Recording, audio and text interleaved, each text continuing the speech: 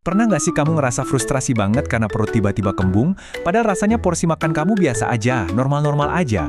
Udah ngerasa makan bener, tapi kok perut tetap aja begah dan nggak nyaman. Nah, di sini kita bakal kupas tuntas perasaan yang suka bikin bingung itu. Ya, ini dia nih pertanyaan utamanya.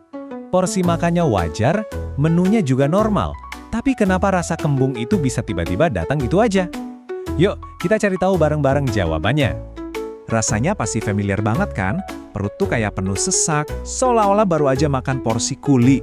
Terus ada gas yang rasanya kejebak di dalam, dan ya ampun, rasanya bener-bener nggak nyaman. Perasaan kayak gini lah yang sering bikin kita jadi bingung. Dan pertanyaan ini pasti langsung muncul di kepala. Duh, tadi aku makan apa ya? Apa ada yang salah sama makananku? Kita tuh cenderung langsung nyari-nyari satu makanan buat dijadiin kambing hitam. Oke, sebelum kita lanjut lebih jauh, kita lurusin dulu satu hal yang paling penting ya. Perut kembung itu sangat-sangat umum terjadi. Hampir semua orang pasti pernah ngalamin. Dan yang terpenting, di sebagian besar kasus, ini tuh bukan pertanda penyakit yang serius atau berbahaya. Jadi, kita bisa sedikit lebih rileks sekarang. Nah, setelah kita sedikit lebih tenang, yuk kita coba pahami dulu dasarnya. Sebenarnya, apa sih kembung itu? Gampangnya gini, kembung itu adalah sensasi begah dan penuh karena ada gas yang numpuk di saluran pencernaan kita. Jadi intinya, ini semua cuma soal gas yang kejebak. Simple kan?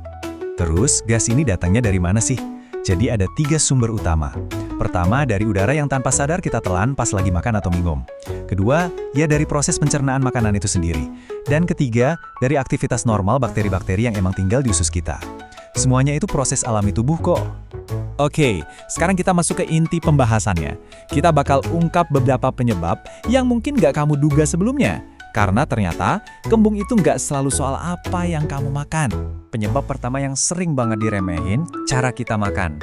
Coba deh ingat-ingat, pas kita makan buru-buru, mungkin sambil kerja atau sambil scroll media sosial, kita tuh jadi nelen lebih banyak udara. Nah, udara ini masuk ke lambung, kejebak di sana, dan akhirnya tumpuk jadi gas. Jadi kadang masalahnya bukan apa yang kamu makan, tapi bagaimana kamu makannya. Lanjut ke penyebab kedua yang nggak terduga, yaitu pikiran kita. Ternyata ada hubungan yang erat banget loh antara kepala dan perut. Kayak yang tertulis di sini, waktu kamu stres, sistem pencernaanmu itu ikutan tegang juga. Begini cara kerjanya. Waktu kita lagi stres atau cemas, sistem pencernaan kita tuh bisa melambat.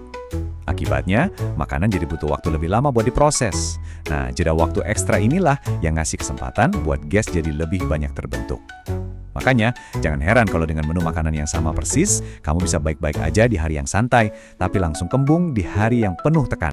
Dan penyebab ketiga membawa kita ke dunia yang gak kasat mata di dalam usus kita, yaitu ekosistem bakteri di sana. Ternyata nih, setiap orang itu punya komposisi bakteri usus yang unik loh. Jadi, bakteri baik di usus kita itu kan tugasnya membantu mencerna makanan lewat proses fermentasi. Tapi kadang, kalau komposisi bakterinya lagi kurang seimbang atau ketemu makanan tertentu, proses fermentasinya bisa jadi berlebihan, hasilnya, ya produksi gasnya jadi meningkat drastis. Inilah kenapa makanan yang katanya sehat pun bisa aja bikin kamu kembung, kalau emang nggak cocok sama ekosistem unik di perutmu. Tentunya, kadang kita jadi khawatir kan. Jadi, kapan sih kembung itu dianggap normal? Dan kapan kita perlu waspada dan mungkin harus ngecek ke dokter? Yuk, kita lihat bedanya. Kembung yang normal itu biasanya sifatnya datang dan pergi dan nggak disertai rasa sakit yang hebat. Tapi kamu perlu mulai waspada kalau kembungnya terjadi terus-terusan, rasanya sakit banget, atau dibarengi sama gejala lain kayak berat badan turun drastis tanpa sebab. Nah, kalau udah kayak gitu, jangan ragu buat konsultasi ke dokter ya. Sekarang yuk kita simpulkan semuanya dengan sedikit mengubah cara pandang kita. Gimana kalau kita ngelihat kembung itu bukan sebagai suatu masalah, tapi sebagai sebuah pesan, sebagai bentuk komunikasi dari tubuh kita? Poin kuncinya adalah ini. Kembung itu jarang banget disebabkan oleh satu faktor aja. Biasanya ini tuh hasil dari kombinasi banyak hal.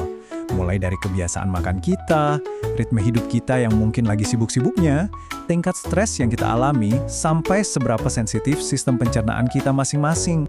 Dan inilah kabar baiknya.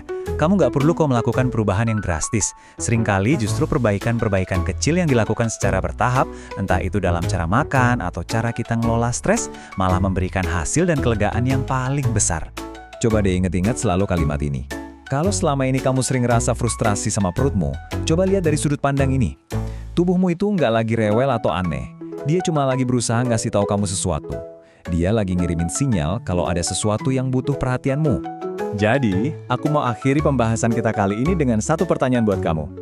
Setelah dengerin semua ini, coba deh luangkan waktu sebentar buat mendengarkan. Kira-kira, pesan apa sih yang lagi coba disampaikan oleh tubuhmu hari ini?